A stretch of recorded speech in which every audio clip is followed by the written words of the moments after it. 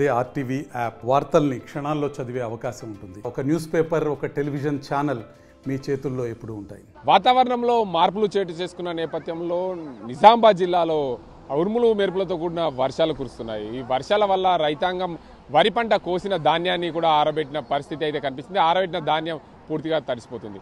నిజామాబాద్ జిల్లాలో చూసుకుంటే వరి, మొక్కజొన్న, సన్ఫ్లవర్ లాంటి పంటలు ఈ వర్షానికి అకాల వర్షాల వల్ల నష్టపోయిన రైతులు ఆందోళన చెందుతున్నారు. పూర్తి స్థాయిలో ఈ అకాల వర్షం వల్ల వరి ధాన్యం అయితే కొనుగోలు కేంద్రాల వద్ద ఆరబోసిన ధాన్యం ఉంది.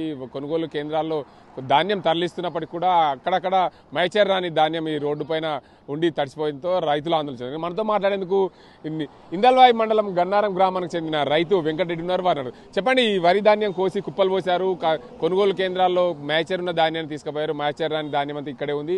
అసలు ఈ వర్షాల వల్ల ఏమి ఇబ్బందులు పడుతున్నారు? రైతులకు ఇబ్బందులు ఇది కొత్తగా కాదు. ఏ ప్రభుత్వం వచ్చినా కానీ రైతును ఆదుకునే ప్రభుత్వాలు వస్తలేవు. రైతుల పేరు చెప్పుకొని ఓట్లు దండుకున్న ప్రభుత్వాలు తప్పితే రైతుల కోసం ఇప్పటికిప్పుడు కోట్ల రూపాయల కమిషన్లు తీసుకుంటున్న సొసైటీలు కావచ్చు, లేకపోతే ఈ రాజకీయ నాయకులు కిలోలు కడతలు చెప్పేసి గత ప్రభుత్వం మీద వీళ్ళు నిందలు మోపిన ప్రభుత్వం, ఈ ప్రభుత్వం అన్న కనీసం వచ్చి రైతు పక్షాన ప్రభుత్వం అని చెప్పుకున్న ప్రభుత్వం కూడా ఇప్పటికీ కనీసం రైతులకు టార్పాలిన్లన్నా ఇచ్చే పరిస్థితి లేదు. రైతుల కోసం ఏ ప్రభుత్వం ఇప్పుడు ఓట్ల మీద ఉన్న ధ్యాస మేము మొత్తం 19కి 17 క్లీన్ చేయాలా, లేకపోతే మేము గెలాలా, ఆ పార్టీనో నీ పార్టీనో కొనుక్కుంటా ఇదే పార్టీలు మార్చుడు కండవలు కప్పుడు తప్పితే రాష్ట్రంలో జరుగుతున్న రైతుల మీద మాత్రం ఎలాంటి న్యాయమైన కోరికలు రైతులకు తీర్చే ప్రభుత్వాలు మన రాష్ట్రంలో చెప్పండి. ముఖ్యంగా వరి ధాన్యం కొనుగోలు చేసి వరి ధాన్యం కోసి కుప్పలు పోశారు. రాత్రి నుంచి వర్షం, ఉరుములు మెరుపులతో కూడుతున్న వర్షం పడుతుంది. ఈ కుప్పల సంగతి ఏంది, అసలు దీని పరిస్థితి ఏంది? ఇప్పుడు రైతు ఇది మళ్ళీ ఎండపోసిన తర్వాత నూకలు అంటారు, తరుగులతో రైతును మోసం చేస్తారు. కాబట్టి ఈ రైతుకు నష్టం జరుగుతుంది. కాబట్టి రైతు నష్టాలను ఇమ్మడియట్లీ ఈ తడిసిన ధాన్యాన్ని కానీ మరియు ఈ ఎండిన ధాన్యాన్ని కానీ సత్వరమే మొత్తం మీద కళ్ళాల నుంచి తరలించే ప్రయత్నం ముమ్మరం చేసి రైతులను ఆదుకోవాలని ప్రభుత్వాన్ని మేము డిమాండ్ చేస్తున్నాం. మరో రైతు ఉన్నాడు, పూర్తిగా చూడొచ్చు. వరి ధాన్యం అయితే తడిసింది, నీళ్లలో తడిసి ముద్దైన పరిస్థితి కనిపిస్తుంది. ఈ ధాన్యం రైతు ఆరబోసినాడు. ఇక్కడ దీని పరిస్థితి ఏంటి చెప్పండి. వరి ధాన్యంలో మొత్తం నీళ్ళు వస్తున్నాయి, ఏంది, ఎట్లా ఉంటుంది? ఎన్ని ఎకరాలు కోసినావు? 5 ఎకరాలు ఏంది ఇట్లా నీళ్ళు వస్తున్నాయి, పరిస్థితి ఏంది? ఈ పరిస్థితి ఏంది? 5 ఎకరాలు కోసినామంతా ఏడ నానిపోతున్నాయి.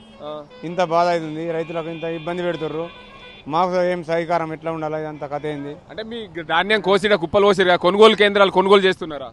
కొన్ని చేస్తున్నారు. ఓకే, ఇక్కడ మరో రైతు ఉన్నారు. చెప్పండి, ఈ వరి ధాన్యం అయితే తడిసి ముద్ద అవుతుంది. రాత్రి నుండి కురిసిన అకాల వర్షాల వల్ల తడిసి ముద్ద అయితే ఏంది పరిస్థితి, వరి ధాన్యం పరిస్థితి? లాగలు వస్తాయి, 2-3 రోజులు వర్షాలు ఉన్నాయని కూడా చెప్తున్నారు వాతావరణ శాఖ. కాకపోతే మాకు కొంచెం సౌకర్యాలు కల్పించట్లా గవర్నమెంట్ విఫలమైంది. మాకు టర్బైన్ లేవు, ఇంతకుముందు సబ్సిడీ ఇస్తుండే ఒక 5 years బ్యాక్. కానీ ఇప్పుడైతే టర్బైన్లు ఇస్తలేరు. గత సంవత్సరం కూడా వర్షాలు పడ్డాయి, బాగా వరి ధాన్యం దెబ్బతింటే డిప్యూటీ కలెక్టర్ వచ్చిండు, అప్పుడు కూడా ఇస్తామన్నా టర్బైన్లు మాకేమి ఇవ్వలేదు. ఒక 10 ఇచ్చిండు వంతుకు, సొసైటీ ద్వారా తెచ్చుకోరని చెప్పి. మళ్ళీ ఈ సంవత్సరం అయితే ఏమి ఇవ్వలేదు. ఇక మేము ప్రతి సంవత్సరం నష్టపోవడే ఉంటుంది మా రైతుల పరిస్థితి.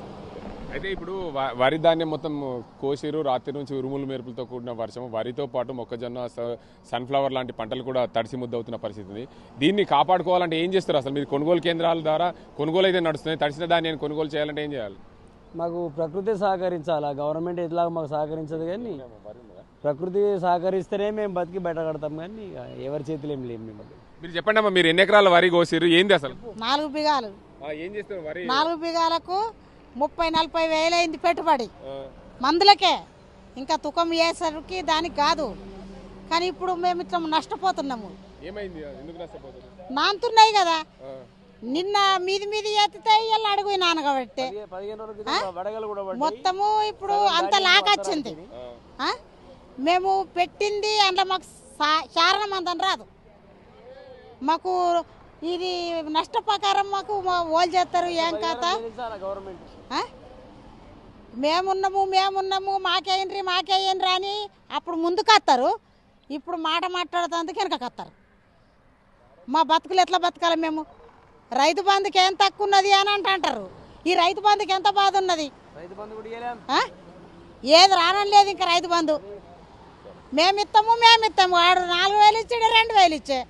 ఓడి రూపాయలు లేవు నట్టనడమే మేము నష్టపోతున్నాం. మొత్తంగా చూడొచ్చు రైతులైతే ఏదైతే కోసిన ధాన్యం తడిసి ముద్ద అవుతుంది, ఏదైతే రాత్రి నుండి కురుస్తున్న వడగళ్ల వానకు కానీ దాంతోపాటు ఉరుముల మెరుపులతో కూడిన గాలులు దాంతోపాటు ఈదురుగాలతో వర్షాలు కురుస్తున్నాయి. రైతు వరి కోసిన ధాన్యాన్ని ఆరబెడుతున్నాడు. కొనుగోలు కేంద్రాల వద్ద ఆరబెట్టిన ధాన్యాన్ని పూర్తి స్థాయిలో తడిసి ముద్ద అవుతుంది. ఈ కొనుగోలు కేంద్రాలు కూడా తడిసిన ధాన్యాన్ని కొనుగోలుకు ప్రభుత్వం ఏర్పాటు చేయాలి. ఏదైతే నష్టపోయిన ధాన్యాన్ని కూడా ప్రభుత్వం కొనుగోలు చేసే విధంగా ప్రయత్నం చేయాలి. దీనికి అంతటికి సంబంధించి తెలంగాణలో ఎండలు అదేవిధంగా కొడుతున్నాయి, వర్షాలు అదేవిధంగా పడుతున్నాయి. ఉమ్మడి నిజామాబాద్ జిల్లా వ్యాప్తంగా కోసిన ధాన్యం తడిసి ముద్దవుతుంది. వరి అదేవిధంగా మొక్కజొన్న, సోయా పంటలు కూడా ఇబ్బందులు ఎదుర్కొంటున్నారు. రైతులు ఆందోళన చెందుతున్న పరిస్థితి ఉంది. కొనుగోలు కేంద్రాల వద్ద పడిగాపులు కాస్తున్న వరి ధాన్యాన్ని త్వరలో కొనుగోలు చేసి రైతులకు న్యాయం చేయాలని చెప్పి రైతులు కోరుతున్నారు. ఇది ఇక్కడ పరిస్థితి. కెమెరా పర్సన్ అజీంతో గంగారెడ్డి, RTV నిజామాబాద్. మరిన్ని వీడియోస్ కోసం ఛానల్ ని సబ్స్క్రైబ్ చేయండి. లేటెస్ట్ అప్డేట్స్ కోసం వాట్సాప్ ఛానల్ ని ఫాలో చేయండి. అండ్ లింక్ డిస్క్రిప్షన్ లో ఉంది.